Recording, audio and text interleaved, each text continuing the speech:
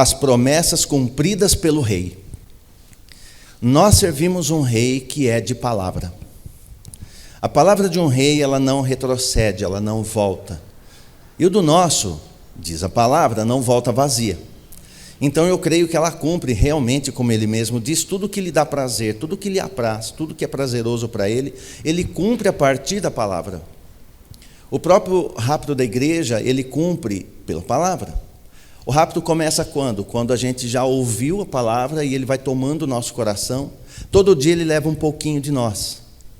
Nós já estamos indo, todo dia vai um pouco de nós. Eu não sou o mesmo hoje que eu fui há 30 anos quando dei minha vida a ele. Então, ele vai nos levando. A minha palavra não voltará vazia, ou seja, quando a palavra volta para ele, traz você junto, nos leva com ela. E esse rei é um rei de promessa, e nós somos craques em amar promessa. Eu amo promessa. A minha Bíblia é toda demarcada, toda riscada.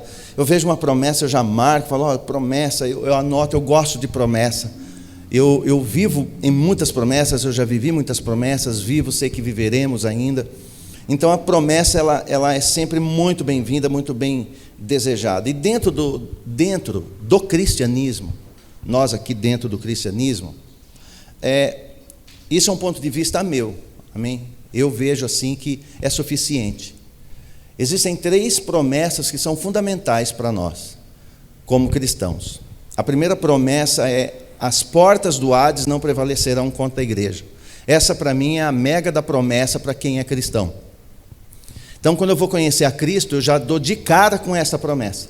As portas do Hades não prevalecerão contra a igreja. Essa é uma promessa. Essa é uma promessa tremenda e ela está escrita aí em Mateus 16:18. Da mesma maneira, eu vos digo que tu és Pedro, e sobre esta pedra edificarei a minha igreja, e as portas do Hades não prevalecerão contra ela. Então é uma promessa, ele está dando uma promessa: as portas do Hades não vão prevalecer contra a minha igreja. Interessante que quando ele cita isso, a igreja ainda não existe. Cadê a igreja? Ele fala: as portas do Hades não prevalecerão contra ela, ou seja, esse contra ela é a minha igreja. Então ele já chama de minha, de igreja dele, uma igreja que ninguém conhece como igreja ainda, mas ele já a reconhece assim, já estava nele, porque ele fala: minha igreja, e cadê ela? Já estava nele. Ele diz: o inferno não vai prevalecer, ou melhor, algumas traduções bíblicas vão dizer inferno, mas a palavra correta é Hades. E entende isso aqui tão errado, irmãos. Eu fico triste quando eu vejo o entendimento das pessoas, e cristão mesmo, que ele vem para o reino do rei, ele dá a vida a Cristo, aí ele vai fazer um estudo, um curso, ele vai aprender sobre batalha espiritual, e esse é o primeiro texto usado. Ele chama, as pessoas usam esse texto para chamar você para a briga, para nos chamar para uma briga, dizendo: você tem que meter o pé na porta do inferno, porque nem é inferno, é Hades. Mas aí eles usam isso para você fazer guerra com o diabo, e não está falando nada sobre isso. Ele está dando uma promessa para mim e para você, que sendo igreja, as portas do Hades não prevalecerão. Porque quem morria antes de Cristo ressuscitar, quem morria, falecia, ele ia para o Hades. Todos iam para lá. O Hades ele é dividido entre lugar de tormento, paraíso e o abismo. Eu já ministrei isso aqui, já dei estudo. Então o Hades ele é um local do qual está nele o paraíso, onde aqueles que estão morrendo aguardando o Messias, como foi Isaías, como foi Abraão, como foi todos aqueles que antes de Cristo esperavam o Messias, vão para lá. Entre esse lugar e o outro lugar, existe um abismo, onde os demônios devem ser lançados ali. Pouca gente sabe disso, mas se você lançar um demônio para o abismo, é para lá que ele tem que ir. E se ele for para lá, ele não pode sair. Pelo menos até no milênio, no final do milênio, ele não pode sair. Na grande tribulação, muitos sairão. Porém, vai para o Hades. O Hades é tudo isso. Então temos o paraíso, chamado como seio de Abraão, e nós temos o lugar de tormento para aqueles que são ímpios, que nunca quiseram nada com Deus, nunca quiseram nada com o seu Criador. Ele morre na sua impiedade, então ele morre, ele vai para o lugar de tormento. É no Hades. Quando Cristo ressuscita, diz lá em Efésios que ele levou cativo o cativeiro, ele leva a parte do paraíso, ele leva. Ele leva embora, ele leva cativo o cativeiro. Então ele leva tudo. Todos aqueles que morreram aguardando o Messias, ele desce nas partes mais baixas da terra e ele vai pregar para os espíritos em prisão. Quem? Aqueles que morreram esperando o Messias. Aí ele sobe. Agora sobrou o que no Hades?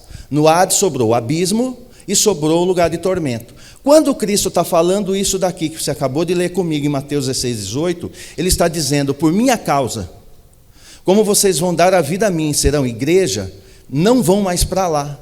É isso que ele está dizendo. O Hades não é mais teu lugar. Ele está dizendo, uma vez salvo, deu a vida a mim, o Hades não é mais o teu lugar. As portas do Hades não vão prevalecer, porque não é mais para lá que você vai. Entende? Ele não está chamando ninguém para fazer batalha espiritual, brigar com tranca-rua, brigar com demônio. Não, ele está dizendo, se for minha igreja, deu a vida a mim, as portas do Hades não prevalecem mais. Um dia, lá em Apocalipse, está escrito que o Hades será lançado no lago de fogo. O inferno é o lago de fogo. E o lago de fogo não é uma lagoa, é a presença do Pai. A presença dele é o lago de fogo.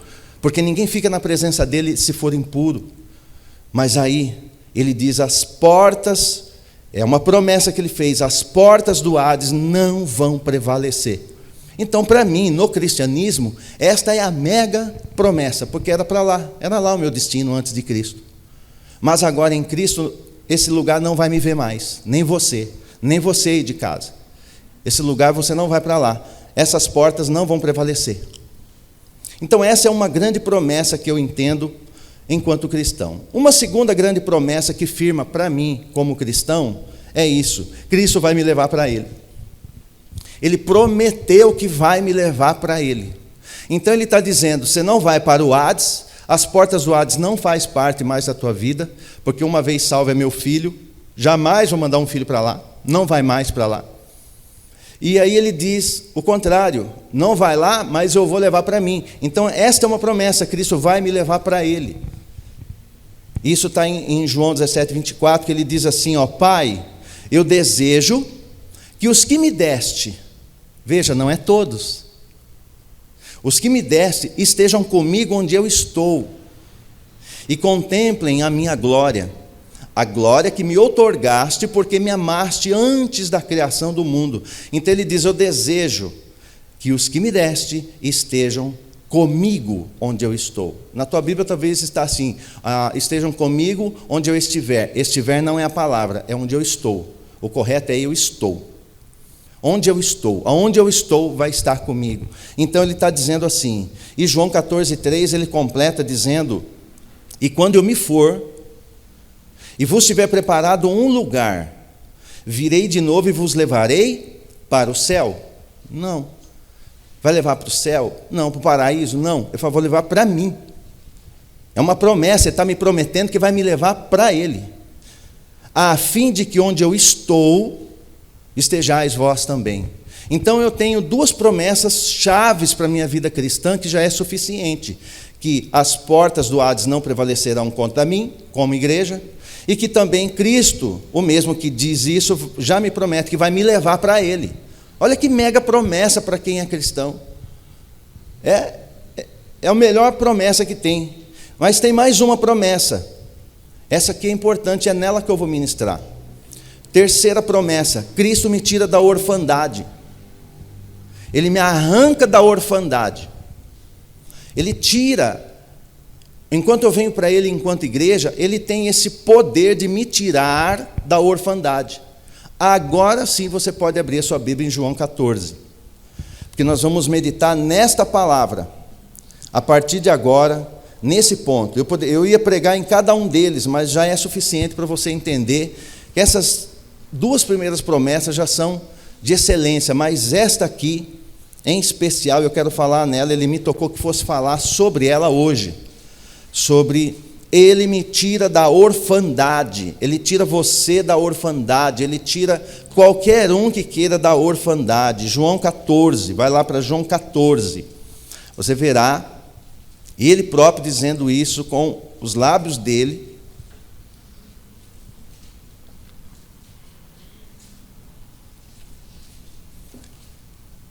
Cristo me tira da orfandade. Essa é a terceira promessa maravilhosa. Para mim é maravilhoso demais saber que Ele faz tudo isso. Diz assim o texto de João 14:16. Veja o 16. Ele diz dessa maneira: eu rogarei ao Pai, e Ele vos dará outro advogado, a fim de que esteja para sempre, não é de vez em quando, para sempre convosco. Aí quem é esse advogado? Ele explica: é o Espírito da verdade. Está vendo como o assunto é com a igreja? Ele fala: ó, o mundo não pode receber, mas vocês como igreja sim, porque não o vê e nem o conhece. Vós o conheceis, porque ele vive convosco e estará dentro de vós. Não vos deixarei órfãos, voltarei para vós. Aí ele faz essa promessa: eu não vou deixá-los órfãos. É a terceira promessa que para mim serve de base para o cristianismo. Só recapitulando as promessas. Primeiro, as portas do Hades não prevalecerão contra a minha igreja, contra a igreja. Cristo vai me levar para Ele, e Cristo me tira da orfandade. Todas essas promessas aqui, elas têm duas coisas em comum. Primeiro, as três promessas são promessas incondicionais. Por quê? Porque não depende de mim. Ele falou que é assim, e Ele é suficiente para executar o que Ele falou. Se Ele está dizendo: as portas do Hades não vão prevalecer contra a minha igreja, não tem quem faça o Hades prevalecer, porque é uma promessa que Ele fez, da qual Ele cumpre, querendo o inferno ou não, querendo o homem ou não, querendo as nações ou não, Ele vai cumprir. Então é uma promessa que Ele faz incondicional. Então isso elas estão em comum. Também, Cristo vai me levar para Ele. Isso é incondicional, não depende de mim. É Ele que está dizendo: eu vou trazer para mim. Eu os darei para mim. É uma promessa que Ele faz e que é incondicional. Da parte dele está completa.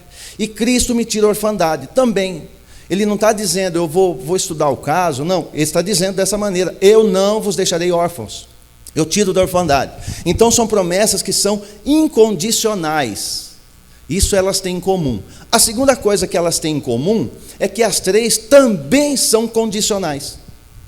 As três promessas são incondicionais quando eu olho para Cristo, e as três promessas são condicionais quando eu olho para o homem.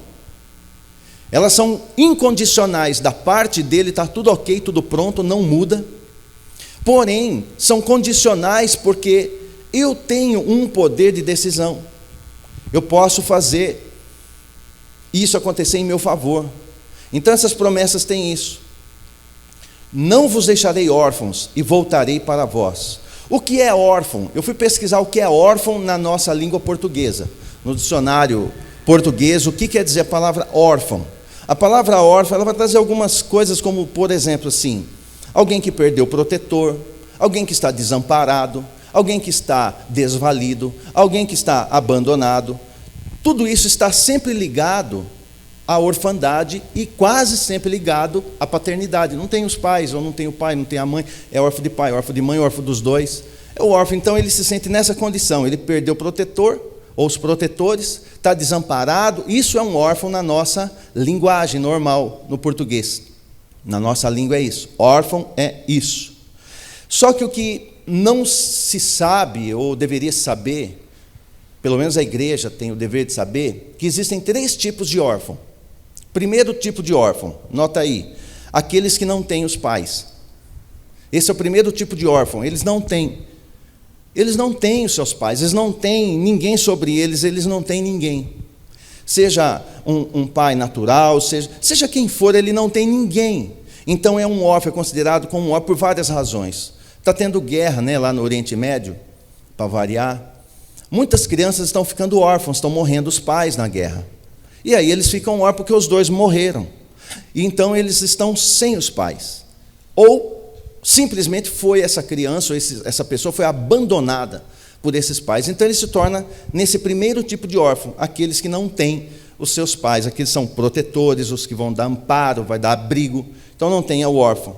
Segundo tipo de órfão, segundo as Escrituras que nos deixa claro, é aqueles que têm os pais, mas não se sentem acolhidos. Então tem muitos órfãos com o pai presente, com os pais presentes. Ele tem o pai ali, ele está ali com a sua mãe, está com aquelas pessoas que são para ser acolhimento, cobertura para eles, amparo, mas embora eles tenham, eles não se sentem assim, porque são postos de lado, então eles não se sentem, é um segundo tipo de órfão. E tem um terceiro tipo de órfão, que são aqueles que escolhem viver como órfãos. Ele tem pai, ele tem mãe, ele tem tudo, mas ele decide, ele escolheu viver como, ele prefere ser assim. Então esses três tipos aqui, de órfãos aqui, tem descrito segundo as Escrituras para nós. E esses três tipos de órfãos, veja aqui, ele diz, não vos deixarei órfãos. Qual o problema disso? É que esses três tipos de órfãos, aqueles que não têm os pais, ou que têm os pais e não são acolhidos, ou aqueles órfãos que decidem ser órfãos, os três tipos tem dentro da igreja. Não é lá no mundo lá fora, é dentro da igreja. Porque o assunto dele é, eu não vos deixarei órfãos. Ele está dando uma promessa que da parte dele já está pronta. Mas tem os três tipos dentro do reino, dentro da igreja, na terra. Dentro da igreja existem esses três tipos dentro. Quando ele diz isso aqui, dessa maneira, né, ele está dizendo alguma coisa a mais no texto. Leia aí o verso 18. E não vos deixarei órfãos. Três coisas ele vai nos dizer. A primeira, que mesmo indo para o Pai, ele continua conosco. O verso 18 ele está dizendo primeiro isso, que mesmo ele indo para o Pai, ele continua conosco. Não vos deixarei órfãos, voltarei para vós. Ele quer dizer o quê? Que ele foi, mas mesmo indo ele nos deixa amparado. Mesmo indo ele fica conosco na pessoa do Espírito Santo. Aí em João 14 ele diz isso, eu rogarei ao Pai, no verso 16, e ele vos dará outro, a fim de que esteja para sempre convosco.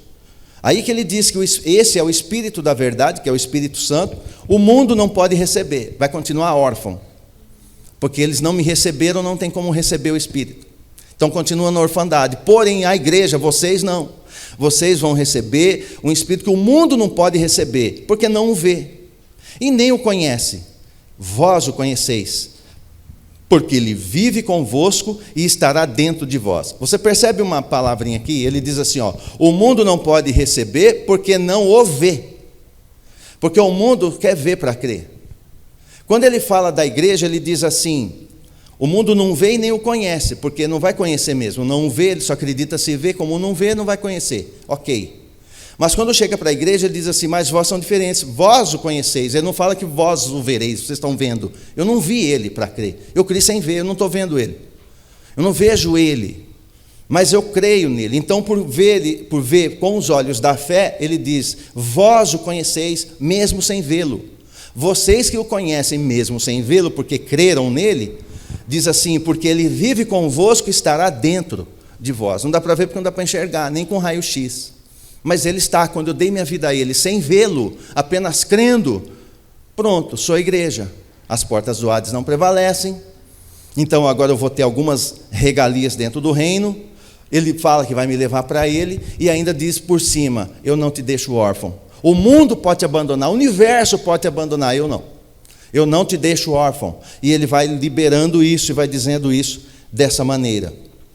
Segunda coisa que o verso 18 revela para nós. Segunda coisa que ele revela. Segundo, ele está dando uma garantia firmada nele mesmo. Ele não está afirmando isso numa palavra de terceiro. Ele firma isso na palavra dele próprio. Ele diz, não vos deixarei órfãos, voltarei. Ele está falando dele próprio. Eu não deixo órfão e eu vou voltar. Ele está garantindo por ele próprio. A garantia é firmada na palavra dele mesmo. E tudo o que ele fala, ele cumpre. Então ele está se garantindo nessa própria palavra. Então esse texto tem isso. Ele está dando uma garantia firmada nele mesmo. Não vos deixarei órfãos, voltarei para vós. E terceira coisa que ele deixa claro no texto, ele nos garante que vai liberar paternidade sobre a igreja. Porque se não vai deixar órfãos, ele fala, todo mundo pode abandonar. Eu não, eu serei teu pai. Embora nenhum discípulo chamou ele de pai, ele está dizendo, mas eu estou pronto para isso. Eu não vou deixar vocês órfãos. E aqui nesse ponto é que dá a questão. Por quê? O que ele faz para que ele faça isso, cumpra isso? Ele vai cumprir a promessa. Eu não deixo órfão. Então ele vai cumprir a sua promessa. Então ele está liberando sobre mim uma paternidade, dizendo: não importa qual foi teu passado, não importa que vida você está levando, a partir de hoje eu estou aqui. E eu não vou mais deixar vocês órfãos, vocês não vão mais ficar órfãos, e eu habitarei dentro de vós na pessoa do Espírito, vocês não vão estar órfãos mais. Qual é o problema em relação à igreja? Porque agora que ele está se revelando e dando paternidade, ele vai liberar algumas coisas, as questões. A paternidade dele me protege, ele está dizendo: eu vou proteger vocês agora. A paternidade dele me dirige, ele está dizendo: eu vou conduzir, eu vou dirigir vocês agora. E a paternidade dele agora me impõe alguns limites, fala: eu vou limitar você, porque quando eu limito eu também protejo. E quando eu protejo eu estou dirigindo. Então ele faz isso sendo pai. Ele diz: eu não vos deixarei órfãos, porque agora vocês não estão mais largados pelo mundo, agora vocês têm a mim. E eu não deixo órfãos, e eu vou guiá-los agora, e vou dar para vocês proteção, vou dar direção, vou colocar alguns limites para vocês. Com isso, se ele me protege, eu não estou mais desprotegido. Se ele me dirige, eu não estou mais sem direção. E se ele me coloca limites, eu não sou mais um deslimitado, alguém que não tem eira nem beira, sem um rumo. Não, ele faz tudo isso para mim. Então, é isso. Qual é o problema? É que essa paternidade que ele está liberando sobre nós como igreja, dizendo: não vou deixar órfãos, é a mesma liberação. A paternidade me tira da orfandade, porque, como ele está dizendo, porém me dá responsabilidade. E é aqui que é o nó. Aqui é o problema. Anota isso aí, não sei se está aí, ó. Entre ele dizer que não me deixa órfão e eu me submeter à paternidade dele, tem uma decisão minha. Ele está pronto para ser pai, mas a pergunta: será que eu quero ser filho? Porque se eu quero ser filho, se eu estou disposto a receber essa paternidade dele sobre mim, não é romance. Agora eu vou ter responsabilidades, agora eu vou ter uma direção da qual eu não vou para qualquer lugar, eu sei para onde eu vou. Eu vou ter limites, eu não vou para qualquer lugar. Ele vai me limitar, ele vai dizer: você vai até aqui, dali você não passa. Mas eu quero passar, você não vai. E eu preciso me submeter. E agora eu preciso entender que eu sou protegido, mas eu quero fazer minhas loucuras. Não, você não vai fazer porque eu te protejo. Então aqui começa a haver um atrito de pai e filho. Porque ele já está pronto, a parte dele está toda completa. Ele quer ser pai e já liberou isso para quem agora é a igreja. Mas ele está dizendo isso: é preciso que eu decida. Então ele já decidiu, e para ele essa promessa é incondicional. Agora, para mim, eu tenho que decidir, porque para mim essa promessa é condicional, depende de mim, eu posso não querer. Eu não sei se você sabe, mas o livre-arbítrio, qualquer dia eu vou falar só sobre ele, porque é um pouco polêmico, não para mim, mas ele é por aí. O livre-arbítrio, ele impera desde o Éden até o fim do milênio. Em nenhuma era ele obriga o homem a estar com ele. Nenhuma das eras. Nem na grande tribulação, nem no milênio, nem nesta era cristã, nem desde o Éden. Ele nunca obrigou o homem a ficar com ele na marra. Ele não nos obriga a nada. A parte dele de querer ser quem ele é, para mim, está pronta, não tem condição nenhuma. Ele diz: eu sou pai, eu não vou deixar órfão, ponto. Mas eu não quero, ele vai me respeitar. Ele vai me respeitar, porque aqui é uma questão de decisão minha. O livre-arbítrio tem a capacidade de fazer isso conosco. Então ele vai fazer na medida que eu quero. Porque você sabe que aquela orfandade da qual foi dita, tem muito órfão que ele tem os pais, mas ele prefere viver como órfão. Por quê? Porque daí ele não precisa ter na cabeça dele direção, não precisa me proteger. Você já viu filho falar assim, ou talvez você já falou assim, nós já falamos assim, pessoas falam assim: não, eu não quero, não precisa me proteger, eu me defendo sozinho. Não precisa me dar direção, não precisa me dirigir nada não, eu sei para onde é que eu vou. Eu já tenho meus planos, você é careta, você não sabe nada, eu sei tudo. Tem gente que é assim, ele nasceu de novo, ele é cristão, ele tem o Espírito dentro dele, mas ele não quer a paternidade. Ele quer viver como órfão mesmo sendo filho. Ele é filho, mas quer levar a vida de órfão. Enquanto tem órfãos que ele pega e traz na condição de filho, porque esse órfão diz: eu quero sim ser limitado por ti, ser dirigido por ti, ser protegido por ti. E é dolorido porque isso implica em abrir mão da minha vontade para cumprir a dele, do Pai. Então, na medida que eu vou fazer o que o Pai deseja, essa paternidade já está liberada sobre a minha vida. E, infelizmente, há alguns anos romanceou-se muito a questão da paternidade, trouxe muito afago, e foi um momento, mas agora não é mais esse momento de afago. O momento agora é de responsabilidade. Se eu quero ser filho, eu preciso me submeter a isso. Ele vai dirigir, eu tenho que dizer sim para a direção que ele dá, ainda que a direção que ele dá não é a minha. Ele vai me proteger da maneira que ele quer proteger, e eu preciso dizer sim à proteção que ele quer me dar, ainda que eu ache que eu possa me defender sozinho. Então eu tenho que abrir mão de mim. Eu tenho que aceitar as limitações que ele coloca para mim, mesmo eu querendo passar da linha. Eu quero passar da linha vermelha, mesmo assim. Mas eu tenho que dizer, não vou passar, porque ele me pôs isso de limite, então eu só vou fazer o que ele deseja. E para isso ele põe o Espírito dentro de mim para me ajudar, não me obrigar. Me ajuda, mas não me obriga. Ele me ajuda. Ele me auxilia, mas não me obriga a estar debaixo dessa paternidade, obedecendo como um bom filho. Não. Ele me ama como um filho, deu a vida para mim, eu nasci de novo, e ele dá essa palavra, essas promessas para mim como filho. Mas olha aí o texto no verso 18 de João 14.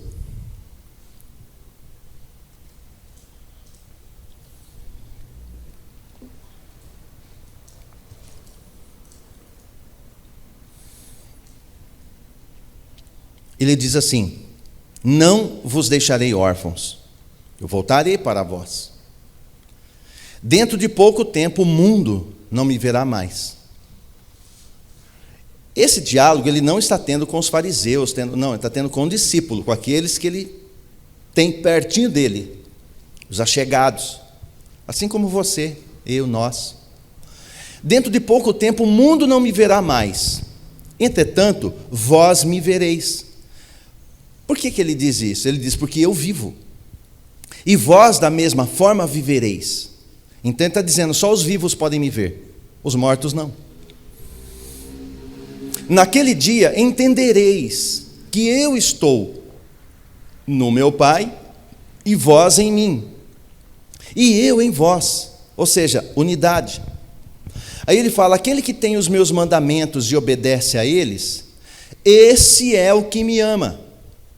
E aquele que me ama será amado de meu Pai, e eu também o amarei e me revelarei a ele.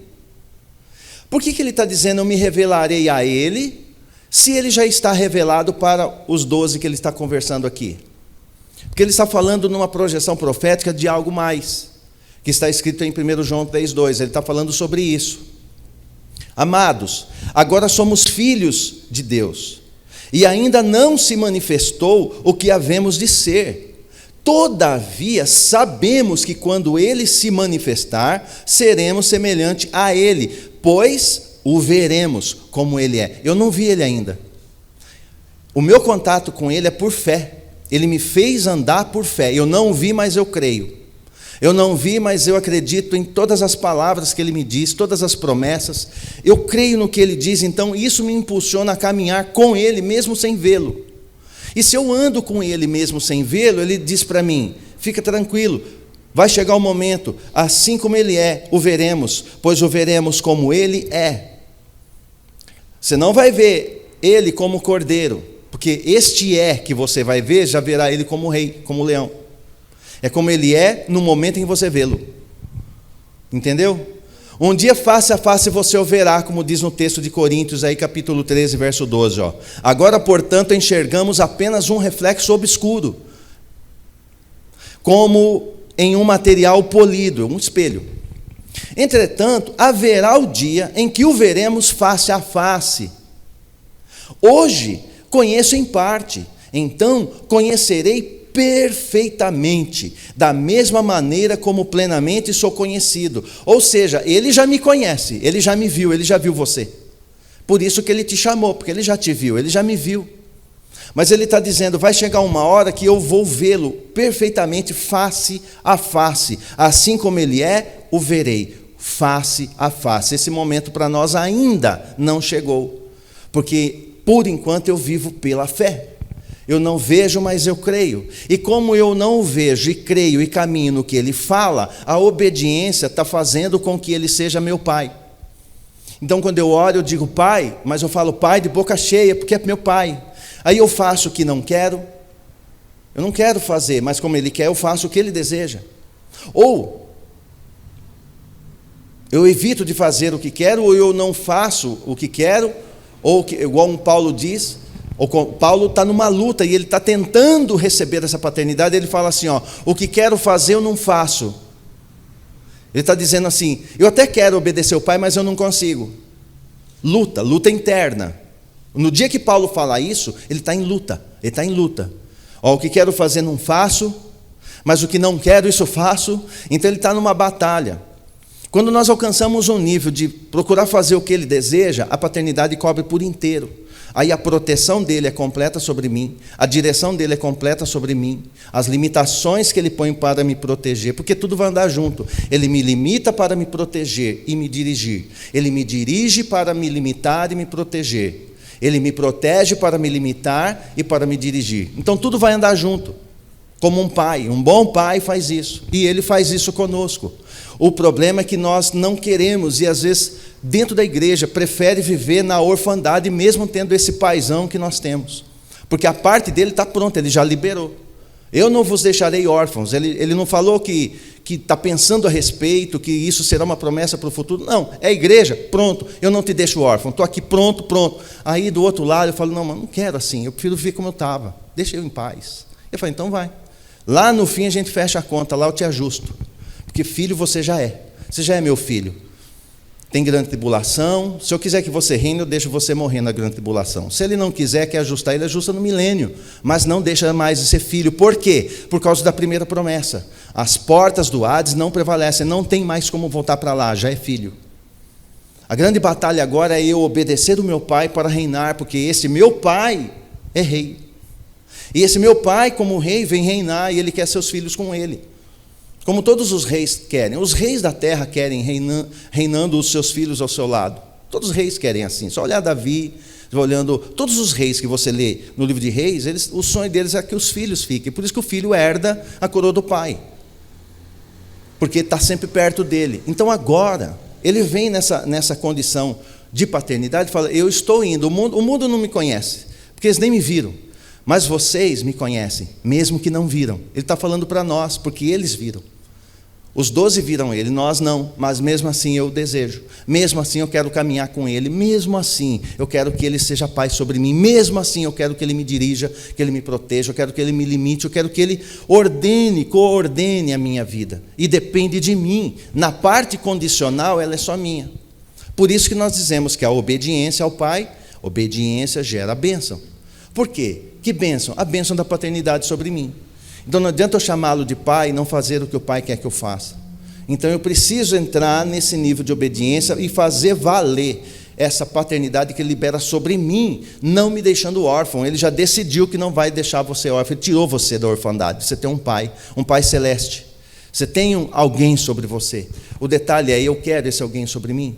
Eu quero ficar debaixo do comando desse pai? Será que eu quero? É tão bom essa vida louca que eu levo, é tão bom essa liberdade. Não dá só para ficar salvo. Eu já vi crente falar isso. Salvo já está bom. Ele não faz ideia do que vem por aí. Mas o pai não quer isso. O pai quer me liberar. Paternidade, ele quer me cobrir, ele quer fazer isso comigo. Não vos deixarei órfãos. Quando ele fala não vos deixarei órfãos, você percebe que está no futuro? Se amanhã você tiver uma situação, ele já deixou avisado. Lá amanhã na situação, não vou te deixar órfão, nem agora nem depois. Nunca. Não ficarão. Eu voltarei para vós.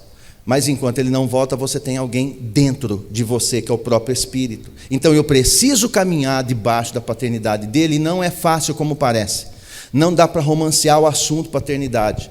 Não tem como. Se ele é pai, a primeira palavra e a última tem que ser dele. A do meio até eu posso falar um pouquinho.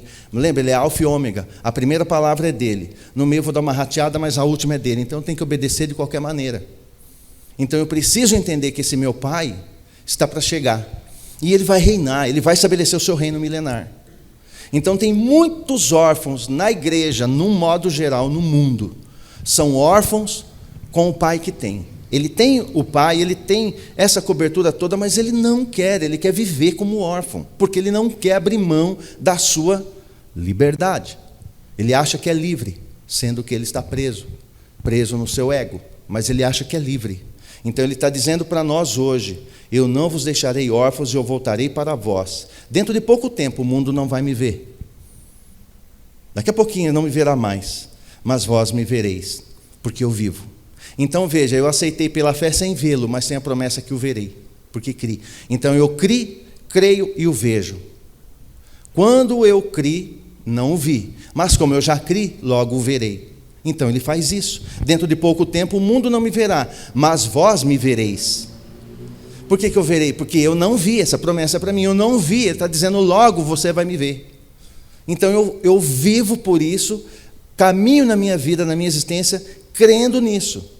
Então, para mim, essas promessas, como eu disse, a porta do Hades não vai prevalecer, fala da minha salvação. Estou salvo, sou filho, lá não tem como mais ir para aquela porta. Ela não prevalece contra mim. Ele vai me levar para ele. É a base do evangelho que creio.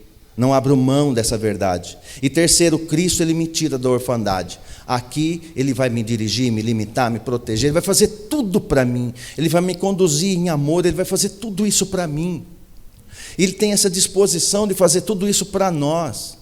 E nós, por causa das batalhas do dia a dia da vida, às vezes abrimos mão desse paizão chamado Cristo, que garantiu que eu não vou te deixar órfão. Eu não vos deixarei órfãos, de forma alguma. Não ficareis órfãos. E ele diz na sua palavra, com esses termos, eu vou ler mais um pouco o que ele diz aqui, no verso 20, naquele dia entendereis que eu estou no meu Pai, e vós em mim, e eu em vós. Aí ele diz assim, aquele que tem os meus mandamentos e obedece a eles, esse é o que me ama. Então, quando eu recebo essa paternidade e começo a obedecer a direção, a proteção, os limites que ele me dá, ao mesmo tempo que eu faço isso, na configuração celestial, ele lê assim, ele me ama. Ele me ama, não porque me viu, mas ele me ama porque ele obedece. Então, a obediência, esse é o que me ama. Aí ele fala, e tem mais, aquele que me ama será amado por meu Pai. E eu também o amarei e me revelarei a ele. De novo ele fala no futuro para nós. Por quê? Porque os discípulos já foram revelados aqui, já está vendo ele face a face. Mas ele está dizendo para nós aqui, essa palavra para agora, para nós. Eu amarei e me revelarei a ele. Esse revelar não é espiritualmente quando você creu e deu a vida, é se revelar face a face, como nós lemos. Então perguntou-lhe Judas, sempre Judas, né? Mas não é o Iscariotes. Sempre tem um Judas, e esse aqui é o Judas Tadeu, aqui não fala, mas é o Tadeu, não Iscariotes. Senhor, mas por que te revelarás a nós e não ao mundo? Pergunta inteligente. Aí ele responde, se alguém me ama, obedecerá a minha palavra. Ele já está respondendo assim, o mundo nunca vai me obedecer, não quer me obedecer, não me obedece.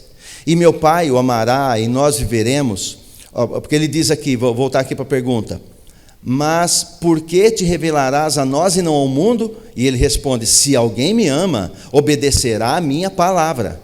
E meu Pai o amará, e nós viveremos, e nós viremos até ele, e faremos nele o nosso lar. Ele está falando, pela fé, eles vão crer em mim, e vão me obedecer, eu vou morar neles, a partir daí. Por isso que o mundo não pode, porque o mundo não obedece, ele não faz a menor questão, ele quer continuar órfão. A ciência não dá conta, a política não dá conta, a economia quebrou, está tudo arrebentado, ninguém dá conta de nada, mas ninguém quer o Pai. Ninguém quer ele. Ele deixa, vai indo, pode ir indo. Aí ele diz no 23, se alguém me ama, obedecerá a minha palavra. Então a obediência está acoplada ao amor que eu demonstro a ele. E meu Pai o amará, e nós viremos até ele e faremos nele nosso lar. Quem não me ama, não obedece. Ele condiciona eu amo a ele. Pois é, se eu obedeço, eu amo, se eu não obedeço, eu não amo. É assim que ele lê, a leitura. Não obedece às minhas palavras. E a palavra que vós estáis ouvindo não é minha, mas do Pai que me enviou. Então ele sela dizendo dessa maneira. Então ele sela dizendo isso. É preciso obedecer a minha palavra, mesmo que vocês ainda não me vejam, porque breve me vereis assim como sou, face a face, como sou agora, rei dos reis. Não sei se você viu lá Apocalipse, ele já não é mais cordeiro, os olhos dele são como chamas de fogo. Por que é chamas de fogo? Porque ele julga pelo olhar. O fogo do julgamento está no próprio fogo. Ele consegue me enxergar como se eu fosse um cristal. Ele enxerga você de ponta a ponta. Então o olho dele é o próprio juiz sobre mim. E se eu estiver revestido do seu próprio sangue, em obediência, é lógico que ele vai me reconhecer. Então o julgamento que se fala é do próprio fogo. Lembra que eu já preguei sobre isso, que o julgamento é fogo, é pelo fogo. É só pelo fogo. Começa pelo fogo dos seus olhos. O olhar dele como chamas de fogo. Então, é um fogo que não me consome, caso eu esteja com o meu coração voltado a ele. Não perfeito, mas obedecendo mesmo sendo imperfeito. Se você esperar ser perfeito para obedecer, você não obedece nunca. Ele fala, você vai obedecer do jeito que você está. Por isso não importa se você é órfão, se você está quebrado, não importa, apenas me obedeça. Só me obedece, o resto deixa comigo. Por quê? Porque ele que protege, limita e dirige. Então ele vai dizendo desta maneira. Amém? Então eu preciso compreender isso, que o rei, o nosso rei, que também é nosso pai e que é nosso rei, ele tem promessas que ele cumpre, as promessas cumpridas pelo rei. Por que eu pus o tema as promessas cumpridas? Porque para ele já está cumprido, não tem nada para ser feito. Da parte dele é incondicional, ele falou, já está pronto. Ele não vai pensar no que fazer, já está feito. Ele só fala o que ele já fez, ele não fala o que fará. Ele só fala o que já está pronto. Então, se ele já falou, ele já é pai. O detalhe é a parte condicional do meu coração. Eu quero ser filho? Será que eu quero? Será que eu estou obedecendo para que ele olhe para mim e entenda? Será que eu o conheço como ele me conhece? Será que eu estou sendo conhecido realmente dele? Será que eu estou me fazendo como um filho de fato? Será? Isso é particular. Nenhum de nós tem esse olho, como chama de fogo, nenhum de nós. Então, a nós é ministrada a sua palavra, ele abre uma porta para que eu entre nela como um filho. Só isso. E viva essas promessas em meu favor. Independente do que o mundo faça, do que as pessoas digam, independente, ele está dizendo, eu estou aqui, disposto a agir como teu pai. E tudo que você não consegue fazer, não tem direção, você não tem limite, não sabe o que fazer, eu estou aqui, eu dirijo, eu faço tudo para você. Mas eu preciso me submeter quando ele falar. E quando ele fala, você sabe, nem sempre é como eu quero ouvir. Mas ele é meu pai, ele quer o melhor para mim. Amém? Ele quer o melhor para você, ele quer o melhor para nós. Então as promessas cumpridas pelo rei, não será, já foi. Amém? Vamos ficar de pé? A promessa já foi cumprida. Então ele faz tudo isso comigo. Eu queria, se fosse possível, cantar esse João 14. Além, para ficar bem cravado em nós, além da própria palavra ministrada, mas a canção. Sabia que a canção, as músicas, as canções doutrinam mais do que pregação? E nós vamos fazer isso agora. Porque as canções, elas conseguem doutrinar e encravar dentro de nós coisas que às vezes a palavra não faz. Então ele está com toda essa disposição. O meu rei, meu pai, teu rei, teu pai. Estamos aqui prontos a servi-lo como filhos. Ele não tem para você um chamado para ser membro de igreja. Ele não tem um chamado para você para ser uma pessoa qualquer que agrega uma religião. Não, ele te chama para ser filho dele. É gostoso, esse chamado é uma delícia, porque ele chama, nos abraça. É igual o pai do filho pródigo, abraça e beija e joga túnica. Ele faz tudo, só que depois tem responsabilidades na fazenda. Porque agora o filho voltou, agora ele vai filho, ele vai ter responsabilidades mais do que os empregados. E aí eu preciso ser dirigido pelo pai. Se você conhece a canção, você canta. Você não conhece, vai acompanhando na tela e cante. Mas deixe a palavra entrando, porque é o que ele está ministrando hoje. Ontem nós tivemos um descortinar profético, mas hoje ele está dizendo, eu quero revelar que eu sou teu pai. Com todo esse cenário caótico, profético, apocalíptico, eu quero revelar que eu sou teu pai. No meio de tudo isso, não esqueça quem eu sou. E ele fez isso hoje comigo. Qual a vantagem de eu aceitar ser filho? Irmãos, nem todo mundo crê nisso, mas você que caminha conosco, você sabe disso. O milênio vem vindo aí.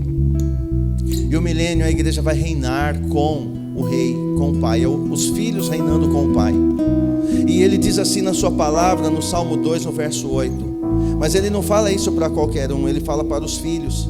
Ele diz aos filhos assim, no verso 7: proclamarei o decreto do Senhor. E ele me disse: tu és meu filho, hoje te gerei. Aí ele diz no 8: pede, e eu te darei as nações como herança, e os confins da terra como a tua propriedade, e as regerás com cetro de ferro, como ele mesmo está dizendo, como um vaso de oleiro as espatifarás. As nações serão regidas pelos filhos do rei, é o que ele está dizendo. Mas é preciso ser filho para chegar a esse ponto e falar: pai, eu quero aquela região, eu quero aquele lugar.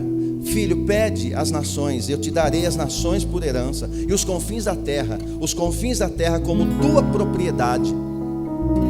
A terra que hoje rejeita a igreja vai ser a mesma terra que será regida pelos vencedores da própria igreja. A terra que hoje rejeita e chuta a igreja, mata a igreja, atropela a igreja, não aceita a igreja, fecha a porta para a igreja, vai chegar um dia em que ela terá que prestar conta através da igreja. Os vencedores estarão ali. Por isso ele diz: filho, pede as nações, pede, eu te darei as nações como herança. Pode pedir para o pai aqui é o rei, e os confins da terra como tua propriedade, eu vou dar para você. E tu as regerás. Se vai reger, está falando de reino, com cetro de ferro. Como? Igual o dele. Então nós precisamos entender que nesse momento que estamos vivendo, precisamos obedecer o nosso pai. Ele é quem é. Ele se fez assim, como o nosso pai. E ele falou: eu não vou deixar você órfão, eu vou estar com você todos os dias. Todos os dias, e logo, logo você vai me ver face a face. Assim como eu sou, você me verá aquele dia. Do jeito que eu estiver, você vai me ver. Ele também está esperando esse momento. E ele vai dar um corpo para você igual ao dele, para que você o veja, o compartilhe, esteja na mesa com ele. E logo depois, tem muito serviço para fazer, muito trabalho, que é reger as nações. E ele despede. Então já pode ir pensando nas nações. Ora pelas nações. Normalmente as nações que você ora são aquelas que ele vai te dar. Porque você já começa a pedir, não é aqui, é agora. Não é lá no milênio que você pede as nações, é desde já. Você não olha para alguma nação passando fome, guerra e sofrendo, e você queria que fosse tão diferente. Se fosse eu, não estava assim. Se fosse eu, não era deserto. Se fosse eu ali, pudesse reger aquilo ali, essas crianças todos iam comer. Se eu pudesse. Você não fica assim com alguma nação? Pois é, começa a pedir desde já. Vai chegar um dia que ele vai te dar, porque é o que ele está dizendo: me pede. Quando que eu peço? Agora, é desde já. Mas eu preciso entender que eu sou um filho obediente ao meu pai, e ele com prazer vai me dar essa parte da herança, para que eu possa reger com ele. Amém? Pai, estamos nós na condição de família, temos um Pai celeste, todos nós como filhos amados, chamados pelo Senhor, chamados pelo Pai, queremos obedecê-lo em tudo aquilo que nós recebemos de Ti a direção. Queremos ser protegidos sim pelo Senhor, queremos sim ter os limites em nossa vida, para que a gente não ande sem limites por esses lugares, e sim sofrerem a pena, e nós queremos a Tua direção, a Tua proteção, os Teus limites sobre nossa casa, nossa família, nossa vida.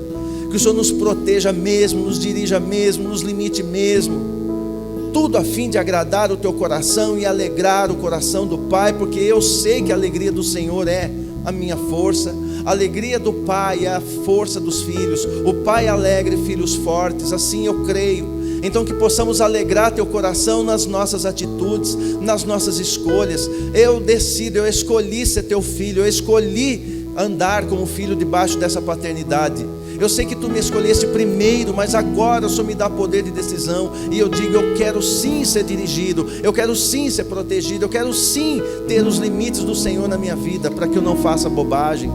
Me ajude, Pai, ajude a igreja, Pai, ajude os pais de família, ajude as mães de família, ajude a igreja a entender isso, ajude a igreja a entender essas promessas tão poderosas que já foram dadas a nós, e que na nossa condição de escolher viver debaixo dessa paternidade possa ser concreta em nossa vida. Nos ajude, Pai. A nossa fraqueza, nos ajude na nossa dificuldade, porque nós queremos agradá-lo. Agradar ao Senhor é o destino. Como filhos do Senhor, como filhos amados, nós queremos agradá-lo. O Senhor nos chamou antes da fundação do mundo para sermos filhos, e como filhos nós estamos aqui.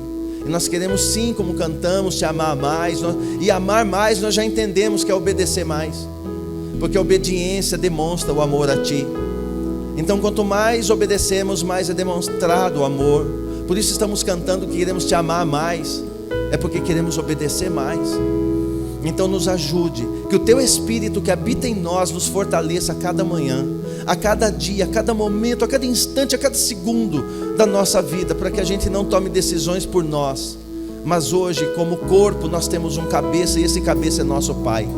Então que o Pai possa estar regendo sobre a igreja, direcionando a igreja, protegendo a igreja, limitando a igreja, e toda a igreja se submetendo ao Pai.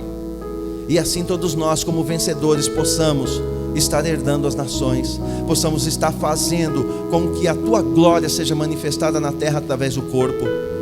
Pai, obrigado pela Tua palavra, obrigado pela direção que o Teu Espírito nos tem dado, obrigado pelo Teu cuidado demonstrado, por se revelar a nós como tem se revelado, como um Pai, aquele que quer o melhor para os seus filhos. Que assim seja comigo, com a minha casa, seja com a igreja, com a família de cada um que aqui está representando, com a família dos que estão em casa também sendo representados, possa haver a bênção do Pai, a bênção do Senhor sobre cada família, Pai. O Senhor não mudou, Tu és o Pai de família e quer ver Teus filhos à mesa. Então que esse dia se concretize, que a hora maranata, a hora venha, que logo venha esse dia com os filhos à mesa, ao redor da mesa do Pai, junto com o Pai na mesa. Assim seja, assim eu declaro, assim eu creio, assim eu descanso, assim eu caminho, vivendo pela vontade do Pai. Assim sejamos todos nós. Obrigado por não nos deixar órfãos. Obrigado por nos prometer que vai levar contigo. Obrigado porque a porta do Hades para nós ela foi lacrada. Não cabemos mais lá. Obrigado, ela não prevalece quanto a nós. Obrigado, Pai, por nos fazer filhos. Filhos quando demos a vida a Ti. Assim seja em nome de Cristo. E todos agradecidos digam amém. Amém. Obrigado, Pai. Aleluia. Dê um aplauso ao Pai. Glorifique o Pai. Louvado seja o Teu nome, Pai. Obrigado, Pai.